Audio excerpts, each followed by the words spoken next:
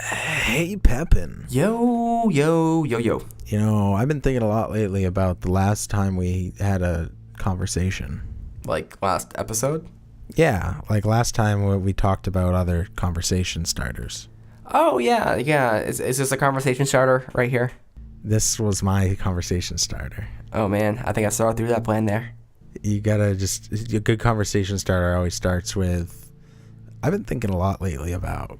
Actually, that's a good point. I mean, that's usually how we start the conversations here. So, yeah. Yeah. That's Another great conversation starter is we should get something to eat later. What do you think? I didn't want to start this episode the same way I ended the last one, so I had to switch it mid-sentence. I see. Well, that's a great thing, and I think it's something that we should probably speak about in a manner which is accumbent to our personal skills. So you're saying we need to talk? Yes.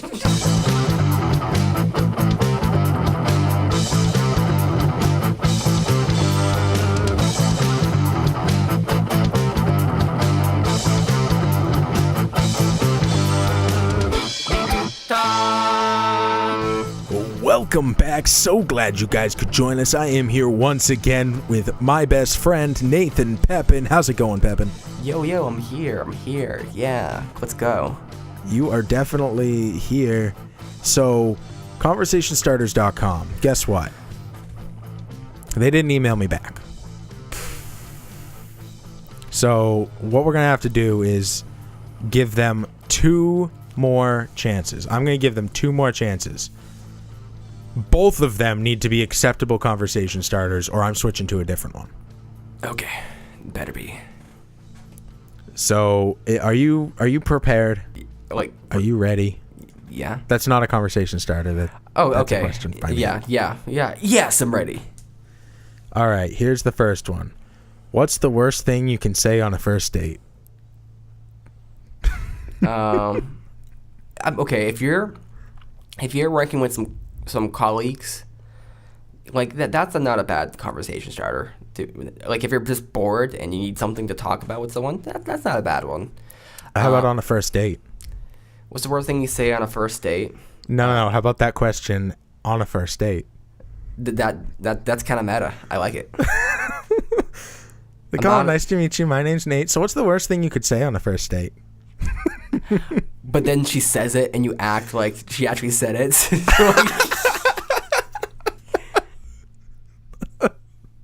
So what's the worst thing that you could say on a first date off the top of your head? You smell like my mother. That's a pretty bad one, Nate. You smell just like mommy.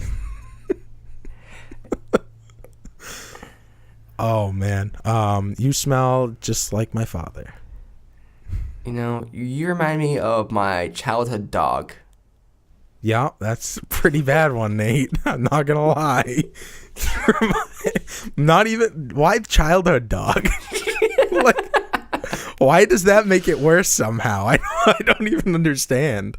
I mean, there's some general ones which are... I mean, they might work on certain people, but... Man, you're way hotter than your picture. Yeah, that's a bad I feel like one. that's like a double-edged sword there. You're like, man, I'm doing good. I'm trying to compliment.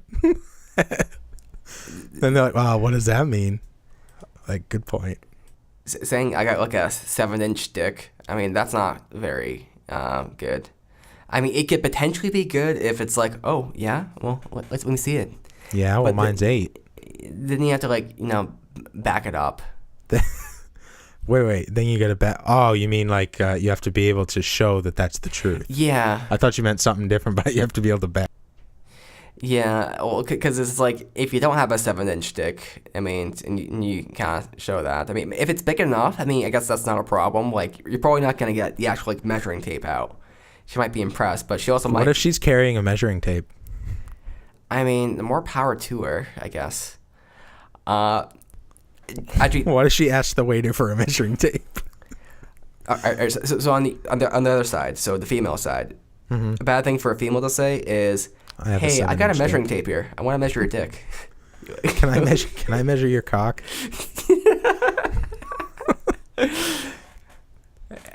I have a 7-inch vagina. So I myself am not a big fan of that question. I think, I mean, maybe with friends, you're right. That would be, you and I could riff on something like that. The last 7 people I've had have had STIs. Why is this always 7 with you, Nate? Well, it's like the Bible, like 7 deadly sins, 7 blah, blah, blah. It's just like... You had one example, Nate. You got to come up with at least one more if you're going to say that. 40 the 7 days, commandments. The 7 commandments. The 7 apostles. Actually, that's true. When? There's more examples. What? No, the 7 commandments, there were 10. What? But you could say 7 days in a week. The Sabbath. Exactly. Yep. What? That's the 7th, right? Yep. How did you get your name? What?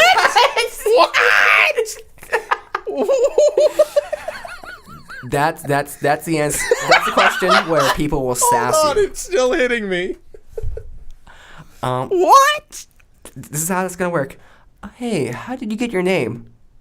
My parents? Like, no, that's not, like, no. Nate, I'm sorry, but conversationstarters.com is dead. It's People dead to me. will make you look really dumb if you do that one. All right, I'm going to Google. Conversation starters. Oh.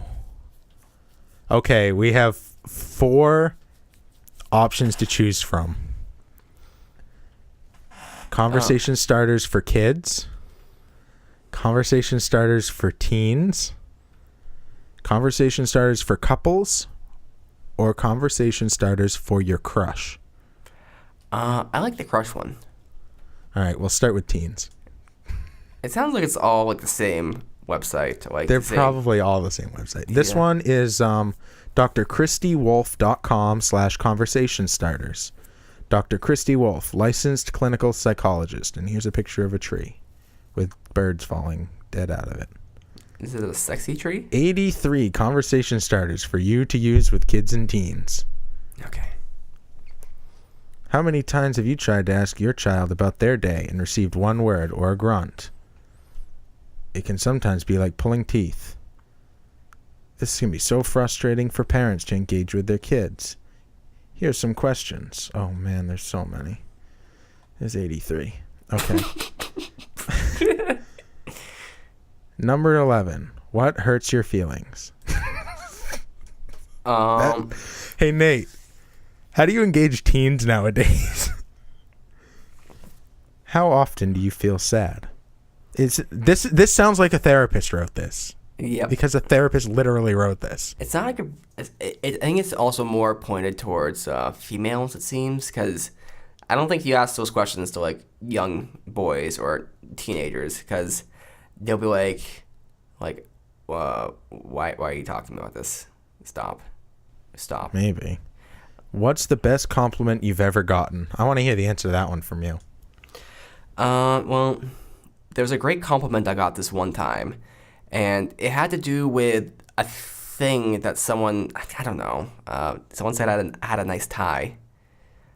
Fun story. So I have to wear a suit for work, and, suit separates or whatever.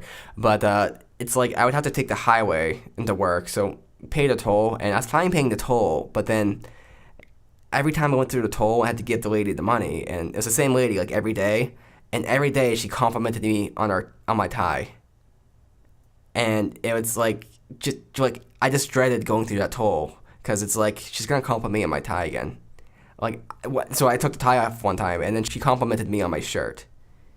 And I like how you're not wearing a tie today. And so it really got to me, so I ended up getting Easy Pass. So This episode sponsored by Easy Pass. For those in Asia, our Asian listeners, Easy Pass is something which... No. Well, we do. We have tons of Asian listeners. Do we? Okay. Yeah. Well, for Asian listeners, Easy Pass is something where, you don't have to, get out of your car and pay the... You never had to get out of your car on the highway to pay. Okay, Easy Pass is where you don't have to pay someone directly. You just pass through the toll lane, Okay, so a toll. It's like we have these trolls out there, and in order to go past the toll, you have to pay the troll. But now the troll has automated that, so you just pass through the lane, and the toll is paid automatically with your bank. I got a buddy in England who lives on like one of these little island type dealies, and to get on the island's free, but to get off of it, you have to pay $30. It's a $30 toll. The people on the island who work off the island pay $30 a day to go to work. That's pretty extreme, and that's a little exploitive there. Because it's insane. If you're on an island, I mean, I guess we're all on islands, kind of in a way. Nate, shut up. Technical, but all right, more questions for teens. This is under they're all under headings. That one was under personal. I'm going to skip school because they're really bad. Like, what's your favorite part of lunch? Ice cream. I'll go to what's that? Ice cream. Okay, perfect. Remember when we had the ice cream vending machine in high school? I think I remember that. That was the first year, and then they took it out because kids were fat. I mean, they replaced it with chocolate chip bagels. The bagel monster. Good times. So let's see. Under social,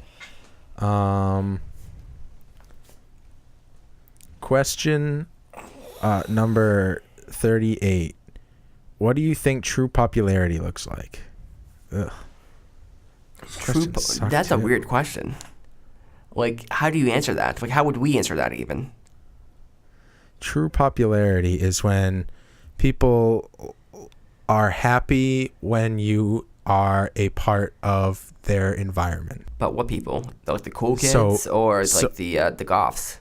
The more people, the more popular you are. Mm-hmm. So, like, if you're considered a popular person, and like only the quote unquote popular kids like you, then are you really popular?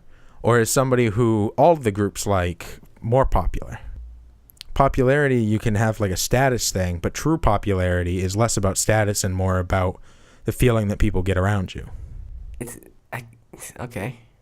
I mean, I'm stuck on the word true because it's like, there's love, but there's true love. And what does true love mean? It's like, well, true, what does true mean? Like, I don't know. Like, and how does it differentiate between that and the other thing? Because, I mean, I'm not saying like those distinctions don't exist, but it's like, I don't know. I think you need to make like another word for those things if it's that differentiated.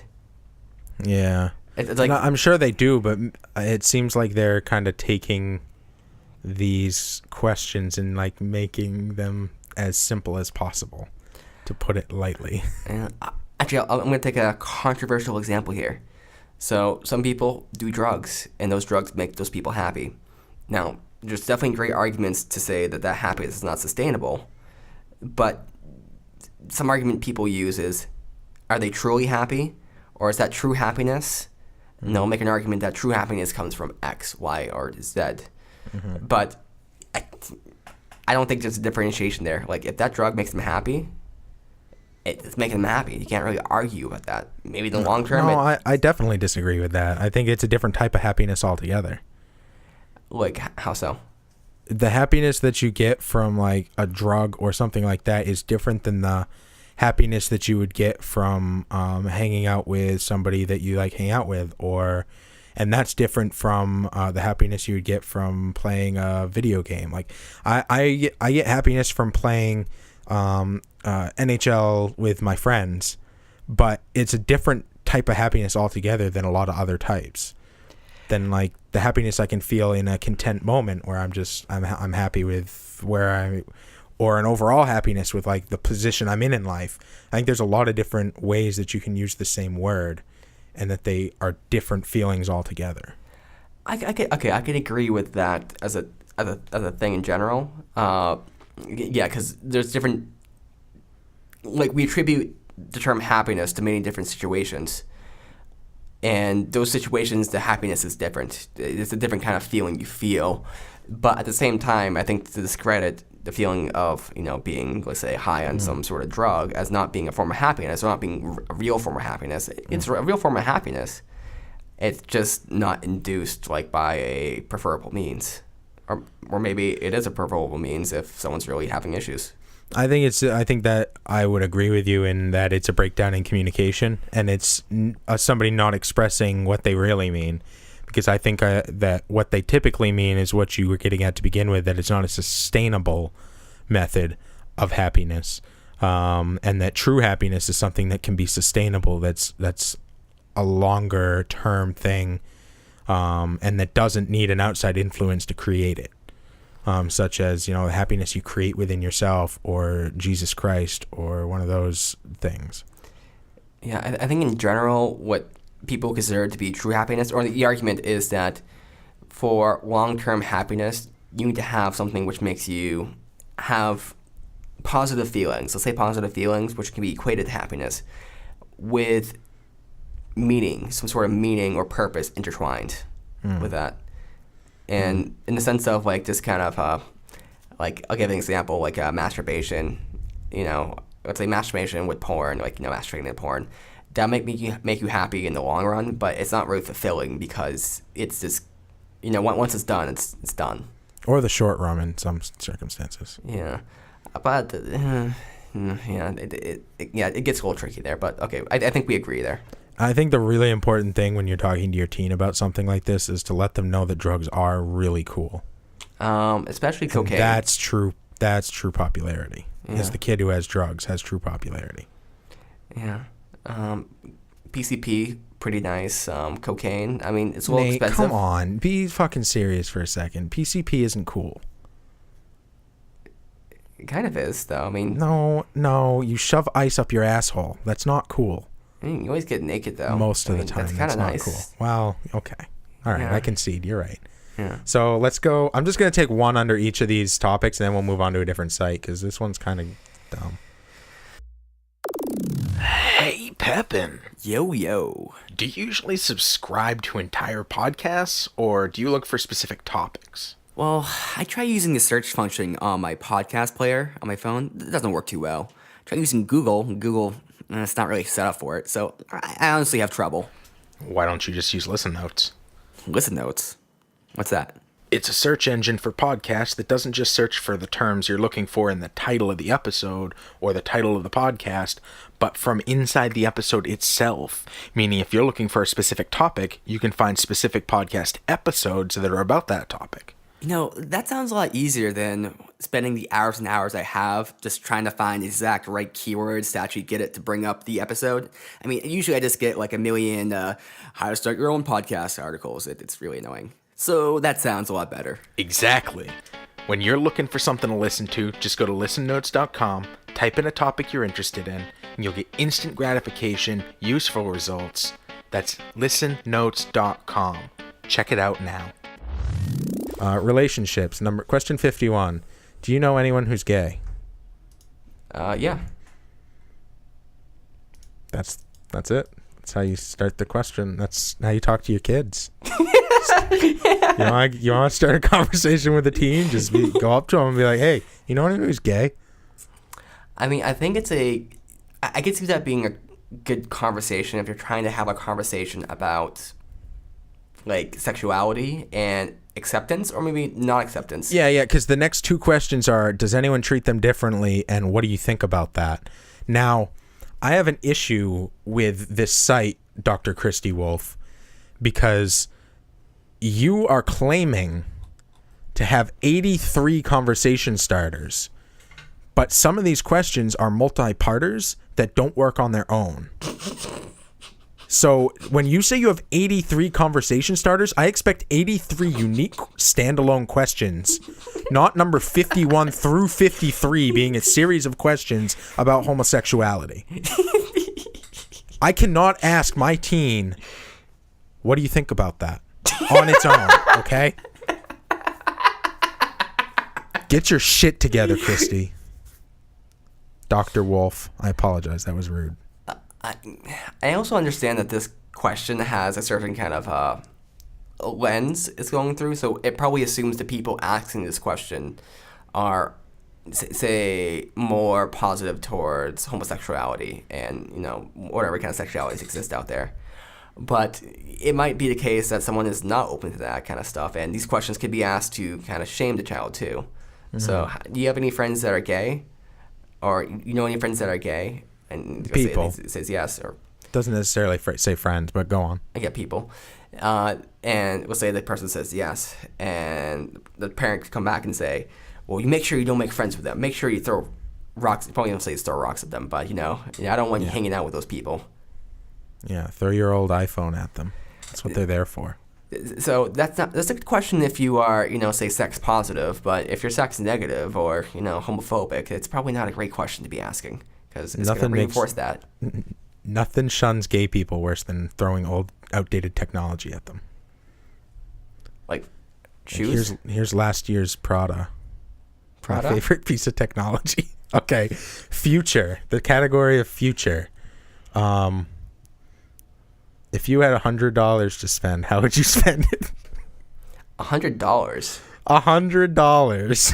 Nathan. Teens. Just go up to a teen. Hey, if you had $100, how would you spend it? I mean, if I was... Okay, so I wasn't like this back in the day, but if it was like myself now, like more myself now, back in my teenage body, but like with a teenage mind too. Like, this is my current personality, a teenage body. I'd probably say like a blowjob. Like, yeah, like I'd buy a blowjob from Susie Q and down in the history class I have with her. Like. Oh, you had history with Susie Q too? Susie Q, the $100 blowjob girl? But I would be joking about that, but... Yes. To your mom? You would be joking about that to your mom. That would be hilarious. Oh my god. And your mom would be like, well, I got $100 in my pocket right now. Here you go. Go learn some history. All right. Go ahead. You had something? Even back then when you're a teen, like $100 isn't that much.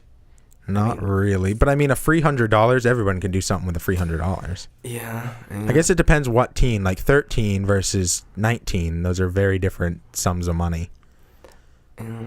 I guess it also depends on the class of the child because it's like my family was pretty poor. Like I didn't get very much money for anything, but I did kind of jealous isn't the word, but kind of like how does this work with other families? Because people would tell me stories about how it's like they sweep the road or sweep the driveway for their grandmother, and the grandmother gives them $100. Yeah. And they just rack up money, like a huge amount of money. Like the parents just give them money, like $100 just for nothing. Like, oh, we're going on some school trip. Here's like $200. Yeah. It's like, to me, that's unimaginable. But to other people, it's like myself, it was like $5 would be great if they gave me that. Family. The next tab is family. There's only 2 more. Question 60. What do you like most about me?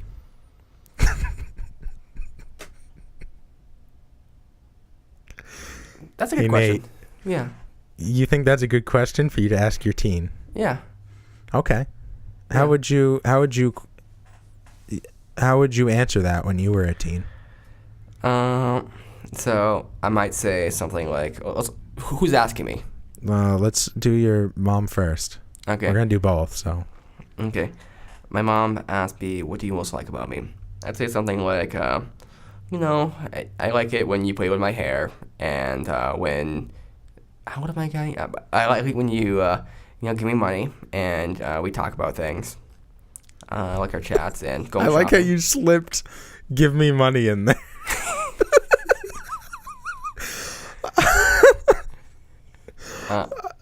I like it when you surprise me, like that time you bought me that PlayStation. I mean, that was great. Mm-hmm. I mean, it was like $50, and that was a lot of money. Mm-hmm. Mm-hmm. And the pudding. The wall of pudding. The wall of pudding. What about when your dad asks you? I like that you are protective sometimes, like if it calls for it. Yeah, that's an okay question. I think it's a little self-aggrandizing myself, but To be fair, I am tweaking it. It says, "What do you like most about me / your other parent / siblings?" So you could ask it about anybody, but I wanted to take it to the extreme. So Yeah. Well, I think if you ask that though, you have to ask about like what don't you like about me. The next question is, what would you change about me? Okay, that's a better way to say it then. Yeah. What don't you like about me? Yeah. Yeah. What do you think I like most about you? Ooh, now we're getting crazy. See, that's like one too many steps. And if the child's like, well, I mean, sometimes I badmouth you. Wrong, your face. Next question. There's a great Reddit post on Ask Reddit, and it's like, parents who know they have ugly children, when did you realize your child was ugly? How do you treat that? How do you like kind of approach that? Do you think your child's gonna get like a date? Yeah, well, like, and that's one of those like weird questions where it's like, yeah, there's gotta be parents out there that know their kids are ugly. How did they see that? Was that a good thread?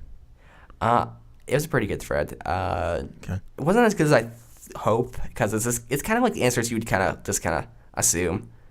Yeah. But it's kind of in a similar way, kind of analogous to.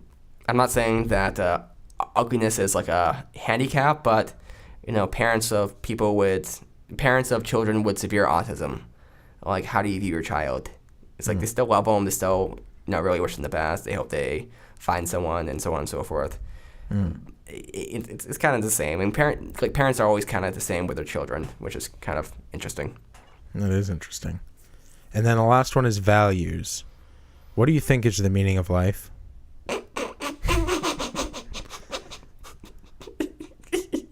Actually, I kind of like this question, number 76. Do adults automatically deserve respect?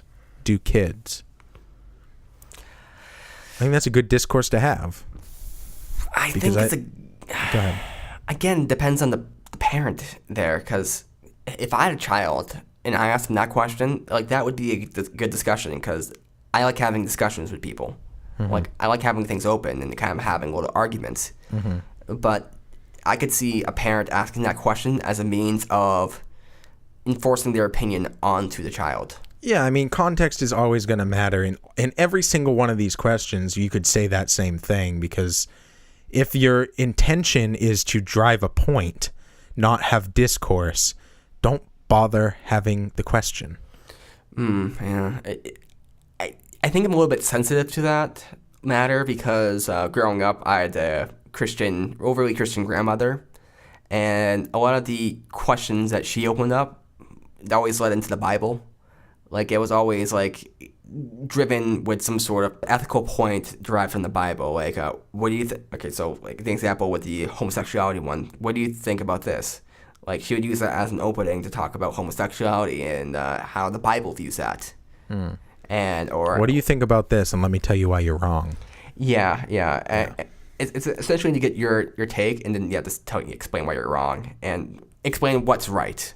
So give me this is from September 25th, 2004. It has no comments on it, so I'll be commenting on that in a minute. But Dr. Christy Wolf, give me some words for Dr. Christy Wolf. What do you think of these?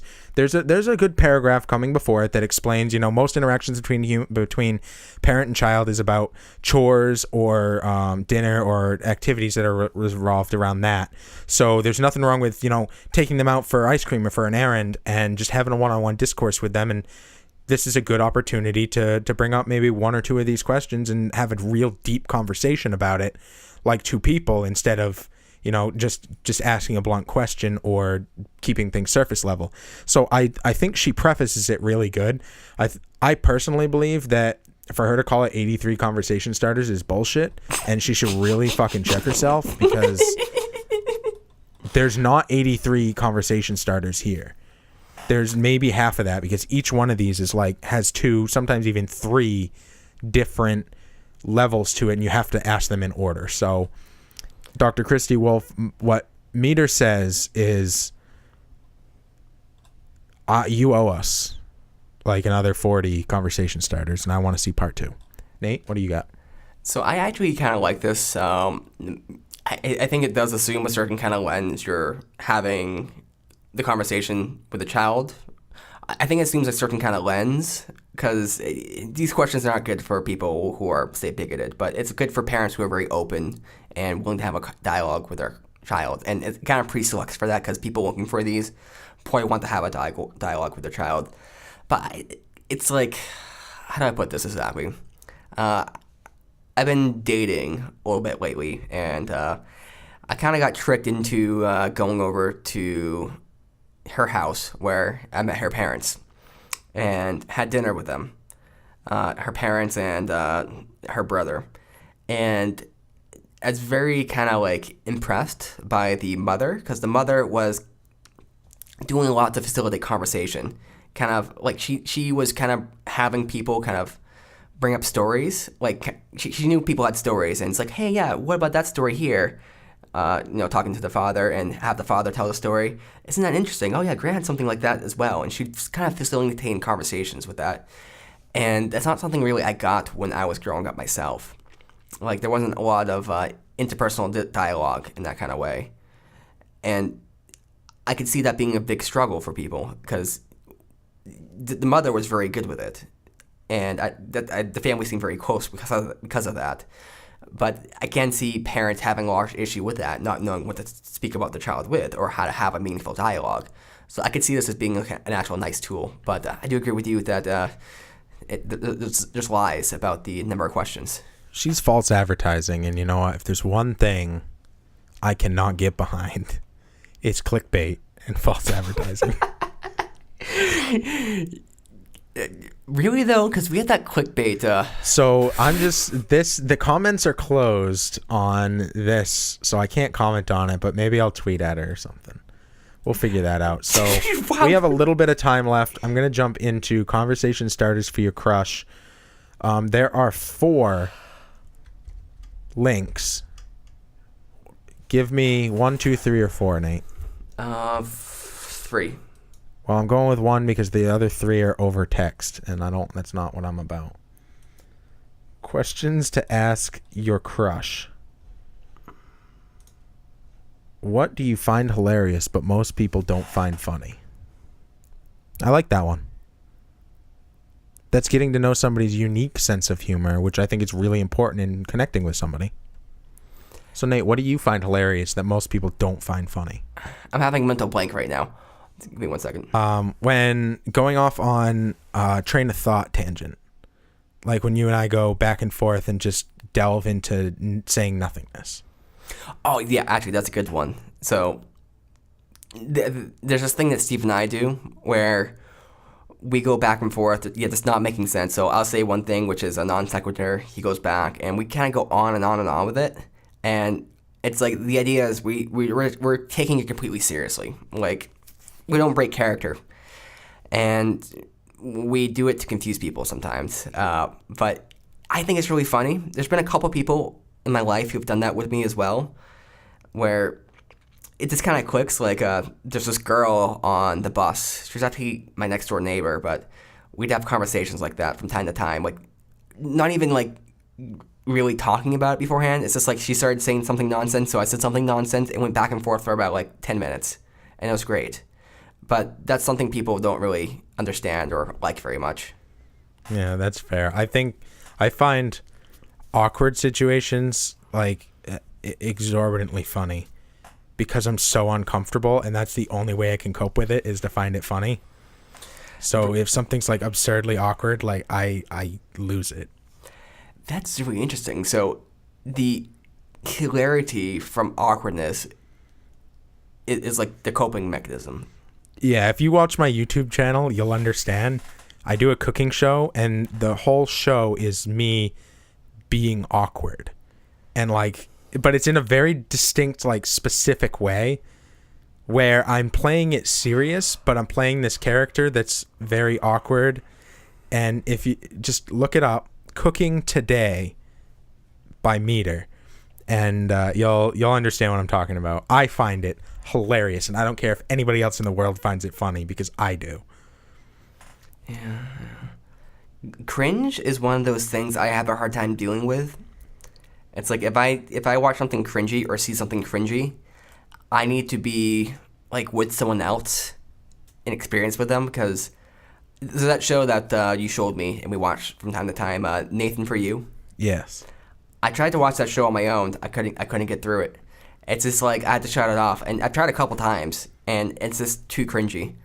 Like I need someone to like hold my hand through it, because otherwise it's just too much. All right, I'll come over and we can hold hands and we'll get through that show together. Yeah.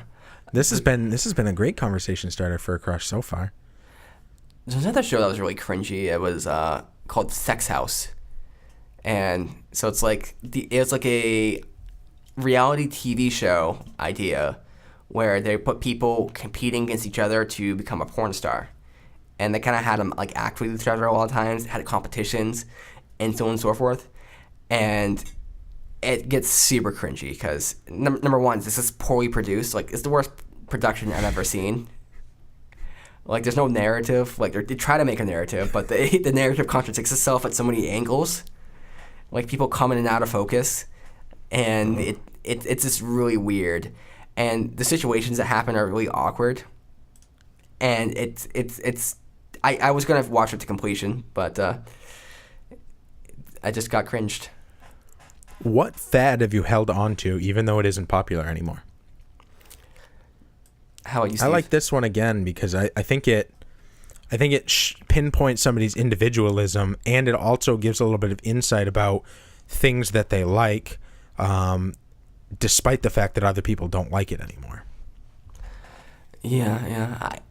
I think people have an inner hipster that they kind of cultivate but don't let out. And when you allow someone to let it out, like without judgment, or not judgment necessarily. I mean, if you judge them a little bit, it's kind of like in a teasing, kind of flirty way. But it makes people kind of feel happy and special. Because I think that's the thing about humans in general. We all want to feel special and we're unique. And we're kind of not. But if there's something where it's like, yeah, I'm like this. Like, yeah. Like, so what's a fad that you've held on to? Guitar, maybe? It's not really a fad, though. I guess kind of, because so what happened was there was that game called Guitar Hero, and Steve was playing Guitar Hero, and that was like a big fad back in high school. And then kind of the fad with Guitar Hero is for a lot of people, they actually pick up the actual guitar from Guitar Hero because they're like, I want to play the real guitar. And I kind of did that because of Guitar Hero, mostly because it's like there are these songs from Metallica, and I didn't know how they did what they did. It didn't make any sense to me that you could get that kind of a sound out of any kind of instrument. I didn't like understand how it worked. So I picked up the guitar, and I kind of stuck with it. And a lot of people didn't. So there's not many people who were inspired by Guitar Hero and actually fulfilled any sort of guitar playing extremities or no, but go. I get you. Yeah. So that's the probably fad that I still kind of stuck onto. Yeah, that makes sense. How about you, Steve? I still play Nintendo 64. That's a pretty old one. I wear different colored socks.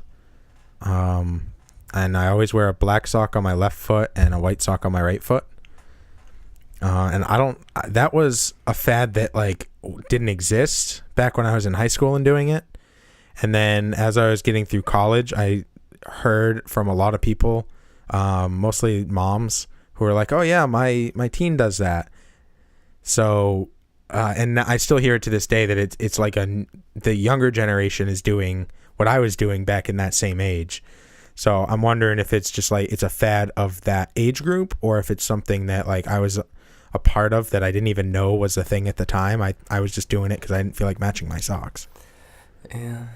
I mean, to add to that, Richard Dawkins, he's kind of trying to start that kind of fad as well, because his argument is that there's no reason why you should have to match socks, because they're like a singular unit, they're not attached. Like, so you can save a lot of money and a lot of hassle and stuff without having to match socks. Well, I don't know about money. I mean, because like they all, you buy socks in like big packs. So like when you have a bunch, they're usually sold as a matching set. So I just don't understand. So the idea is if you lose one or you get a hole in one, you don't have to throw out the other. No, but don't you usually? It's not like one's for your left foot and one's for your right. It's like you have a pack of 10 and they're all the same color. No. I mean, not the Man, socks you buy that fucking fancy ass socks, bro. yeah, not the socks. I mean, dress socks. That's not as much the case. Usually, they're like patterned and everything. I think another like kind of question you can ask off that is, what fad did you kind of do before it was cool? It also kind of brings up the hips. Everything I've ever done. We were kind of those people back in the day because like we got into skateboarding before it was cool. We got into. I was into wallcats before it was cool, which I guess isn't that cool. But wallcats and memes, because it's like back in high school, people used to make fun of me quite a bit because I had all these wallcat pictures on my Zune. And Zune was like a old MP3 player type thing with photos and videos. And people would be like, what the fuck is that? That's so dumb. Like, it's a Zune. I can have cheeseburger? What is that? Come on. And so they thought it was like super weird. And then, so sure enough, like a couple years later, everyone's like, I can have cheeseburger? Oh my god, look at this. And they're all like super into wallcats. And it was just like, dude, that's so old. Like, I mean, it is. It's really old now. And Yeah. Nate Pepin was the first one to ever make it popular. All right, we got just a tiny bit more time here. I want to just bump on this website real quick. Flirty texts. Try any of these flirty texts to bring your relationship to the next message. Wait.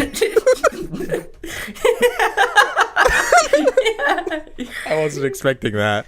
Happy flirt texting. This is thoughtcatalog.com/Holly Riordan 2016. Extremely flirty messages to kickstart the conversation with your crush. 50 of them. You ready? Yep. Yes, I am. Nate, extremely flirty texts. Are you ready? Ooh, yeah. Number 2. I can't even remember the last time we spoke. We need to change that. That's extremely flirty, right? I mean, you couldn't say that to your mom. That's, you could say that to like anyone. Like You could any literally say that to anyone. That's not flirty at all. No. I mean, it could lead to flirtiness if flirtiness is what both of you are thinking of, but I don't think in and of itself it's flirty, and I don't think it falls under extremely flirty. So Holly,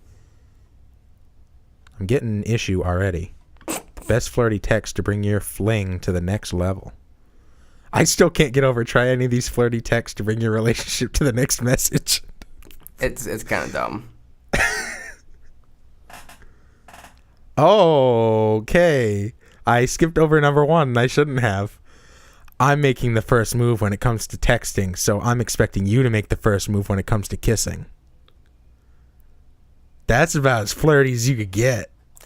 That's very direct and very demanding. That's not like that's not flirty so much as it's like kind of assuming. I'm sorry, Nate. I just read number 6. What's number 6? The most flirty thing I've ever read. Stop sending me mixed signals and start sending me memes. I can't.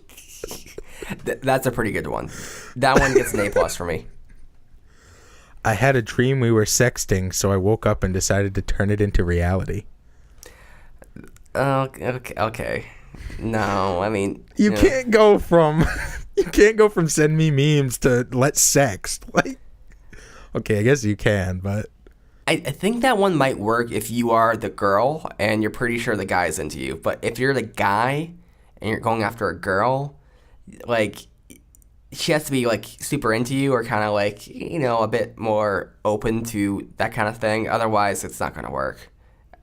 I haven't seen you in forever. Have you been visiting your fellow angels up in heaven? No.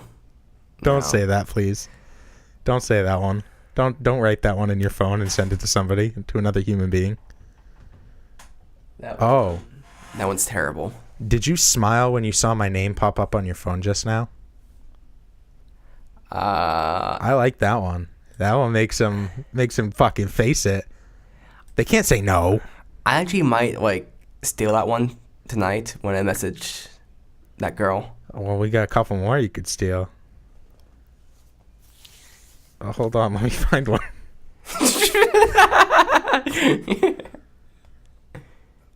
I can't figure out if I should start this conversation with a compliment, horrible pickup line, or simply hello. You choose. Yeah, that's kind of a standard kind of pickup thing with Tinder. A lot of the standard pickup lines with Tinder are like, would you rather A, B, C, like give options, and then, or you give them a choice of how you pick them up, and yeah. Number 19. I've been dying to see Star Trek Beyond if you need a date idea. That's pretty good. I mean, hold on, yeah. I gotta Google Star Trek Beyond now. 2006 science fiction fantasy film. 89% of Google users liked it. Oh, hey. That's not bad. Good job. Good choice on your flirty text. Number 20. There's a Mewtwo at my house. You better come catch it. I like that one. I mean, that's like a low key Tinder one, yeah. Number 22. Hey, sexy. No. That's it. That's a little too casual, and it's not like I guess it's flirty, but it's not like that's something you say to someone you've been dating already. I mean, I guess that's flirty, but I'm not thinking for a about crush. I'm thinking about deleting Tinder because I've already found the guy I want to be with. What are your thoughts on that? That's pretty flirty. I mean, they might question my sexuality a little bit. Hold on. Be like, I thought you were into girls. I thought you liked me. No, sorry. This guy just met. He's great. Like, I thought I liked you too, but now I know. I thought about deleting Tinder because I'm picking up Grindr. Number 27. My dog wanted you to know that he misses you. By dog, they mean that one's pretty effective. I've seen that used IRL, and I think it's been responded to pretty well. Because especially if it's like to a girl, because I don't know why, but I mean, I guess it's with guys as well. But I know that's something that happens that people have like a relationship and they break up, and if there's a dog like involved in that, it's like usually the girl will be like, I don't miss him, but I miss the dog. I want to see the dog again. we should really stop texting and start seeing each other in person. Preferably naked. Wait, what was the last part there? We should really stop texting and start seeing each other in person. Preferably naked. Yeah. I mean, okay. The first part is pretty good. Second part, even better. Number 36. I have an extra ticket to Blink 182. Interested? Do you really have an extra ticket, or is that just a 40 line you say? I mean, It's just a flirty line, because then if they say yes, you're like, shit. The lead singer guy. Didn't they just release an album too? Hold on, let me look. The lead singer is fucking crazy. Tommy DeLonge or something. Yeah. He was on the Joe Rogan Experience, and he started talking about aliens for like an hour, and how he like knows about all the ancient technology and blah blah blah. It's really weird. They have a 16-day residency deal with the Palms Casino Resort in Las Vegas right now. So the only way to have a Blink 182 ticket would be if you're going to Las Vegas to watch them. Okay, good. All right, we're almost done here. I got to get through them all. There's only 50, and we're on number 39. I'm a little drunk, a little horny, and all alone. That's definitely one to give to, like if a girl sends that to a guy, that's pretty effective. It's essentially a hookup line there. A lot of these are hookup lines, and then other ones are like you could literally say this to anybody. Yeah. Guess which emoji I just placed next to your name in my phone? That's not a bad one. It's actually two. It's eggplant water splurt. So good story about that. I still have the numbers on my phone, but I did the Tinder lifestyle for a bit there, and girls would give me the number from time to time. And when I put them on my phone, I always put like some like cute thingy next to their thing, not because like I really needed to, but because like I wouldn't know who they were otherwise. Like see that one, Steve? No, it's too fuzzy. It looks like a kissy face, maybe. Yeah. It says mom kissy face. It says Brooke kissy face. Uh-oh. You just outed her. Why don't you just dox her right here? And then I had another one where it's like, I don't know what her name was, Melissa. 2 hearts next to it. And it's like... Ooh, so many girls with kissy faces and hearts. What would Holly kissy face think about Melissa Hearts? She might like her. She might dig her. But honestly, that girl was kind of drunk. Like I showed up to her house and she was drunk. Actually, I showed up to her house. She wasn't there because she was at the bar. Then she came there and she was drunk. Oh. And it was a little awkward. There you go. So why isn't it Melissa beer? Beer emoji. I made the emoji before I saw how drunk she was. All right, last one, number 44. I hope you don't mind I'm texting you while naked. That's not a bad one. There's a second half to it. Yeah. Or that I've been imagining you naked. Okay, that one's a little extra there. That's a little aggressive for my liking. Yeah, I mean, the first one, it can be played off as a joke if the other person isn't actually interested. But if they are interested, they can be like, I mean, they could like react like ew, gross, or oh, really? I'm naked too.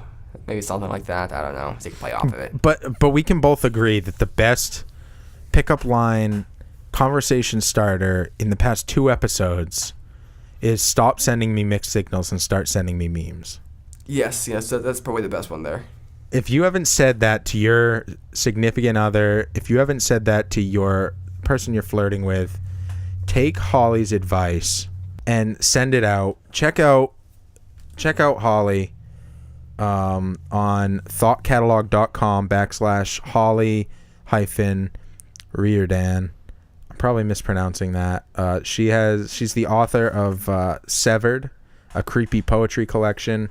You can get it now on shopcatalog.com for just under $16. Highly suggested. Never read it before. I'm just saying that because she looks kind of cute. So, how cute is she? I mean, I'd say number 6 to her for sure. Okay. So, everybody, thanks for tuning in. If you want to find out more about Holly, wait, this is supposed to be about us. Yeah. If you want to find out more about We Need to Talk, check us out at WNTT1 on Twitter. Holly is at Holly HOLLYYRIO. You can also find us at facebook.com/We Need to Talk Show. We also have a Patreon where you can donate to us. Just search us, We Need to Talk, and we're the ones that look cooler. Like it's like my face and Meader's face. There's one where there's like 4 people kind of sitting there like in some sort of auditorium. Not that one. We're not those people. We're cooler. You can also find us on podcastnh.com. There's 11 podcasts on that network as it currently stands on the 21st. So by the time you hear this, who knows, there may be more. So definitely check out some of the other podcasts on the network. There's a ton of them. There's some about fishing, about hunting, about how to be a better parent, about indie music in the area, in the country, in the world, and some in-depth conversation about said music. So there's something for everybody, and I highly suggest if you want to hear about some guy talk about his semen analysis and trying to get his extremely attractive wife pregnant. She does an amazing Samuel L. Jackson. Check that one out too. Is that I can't decide. Happens when you party naked. Yeah, I can't decide who's cuter there, him or her. But I think it's a toss up at this point. Someone's gonna put something somewhere in me. I don't know. Yeah. I mean, I think they'd be the most sexy if they were to shake that bear. I'm Team Alme all the way. So check us out wherever. I don't know. You're listening already, so I appreciate you. But I appreciate more if you gave me money. And while I'm on it, just guys, stop sending me mixed signals and start sending me memes. My favorite pickup line, my favorite flirty text, Nate. We need to talk.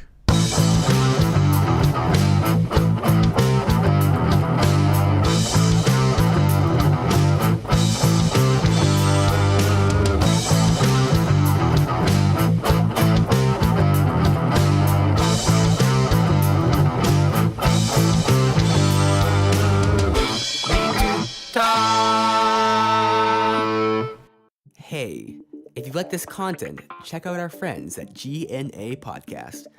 Find them in the description or on Facebook at GNA Podcast. You'll love them as much as we do. You know, if that stop sending me pickup lines and start sending me memes thing keeps continuing, if that gets popular and then it becomes a meme, it's like a memeception there. Nate, we gotta make that a meme. We need to meme.